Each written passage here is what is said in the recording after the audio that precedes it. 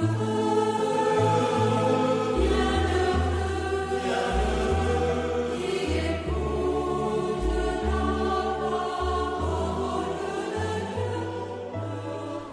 les artisans de paix, car ils seront appelés fils de Dieu.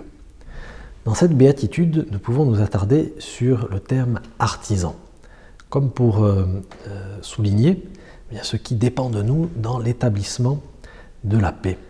Pour être un bon artisan de cette paix que le Seigneur veut que nous bâtissions, il nous faut de bons outils. Il nous faut être bien formés aussi et soigner cette paix dans notre cœur. Et le Seigneur nous la donne, cette paix. Il nous l'a dit, je vous donne ma paix, je vous laisse ma paix. Alors pour la répandre, il faut d'abord que nous sachions nous-mêmes la recevoir, la cultiver dans notre cœur. Et pour cela, comme un bon artisan, nous avons besoin d'être accompagnés, nous avons besoin de nous former, nous avons besoin de prendre soin de cette paix que nous avons. Et comment bien nous former en tant qu'artisans de la paix? En vivant une vie sacramentelle régulière, en se confessant souvent.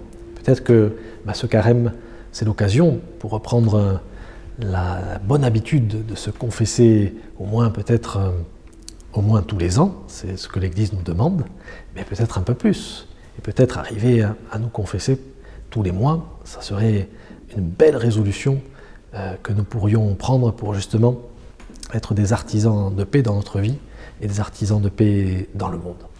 Ensuite, l'artisan, qu'est-ce qu'il fait? Il travaille une matière, le bois, le fer ou une autre matière. Eh bien nous avons aussi une matière pour répandre notre paix. Et la matière que nous devons travailler, la matière dans laquelle nous devons répandre la paix, c'est notre vie quotidienne, notre travail, nos relations amicales et aussi nos relations familiales. C'est dans ces ambiances, dans ces cercles et dans notre famille que nous devons être des artisans de la paix et que nous devons témoigner de cette paix.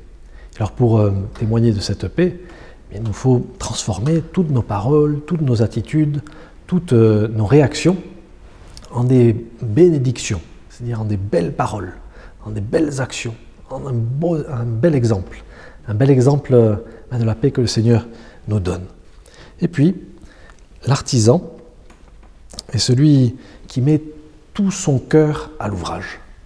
Il ne faut pas nous épargner les efforts pour attirer la paix et pour la répandre autour de nous. Si nous avons peut-être une situation un peu enquistée ou des relations difficiles avec telle personne de notre famille ou au travail, mais il nous faut mettre tout le cœur à l'ouvrage, mettre tous les moyens naturels, c'est-à-dire notre sympathie, nos talents et notre sourire, et puis aussi les moyens surnaturels, en priant pour les personnes avec qui nous travaillons, avec qui nous vivons. Et c'est ainsi que nous pourrons devenir l'artisan de la paix que le Seigneur veut que nous répartissions autour de nous.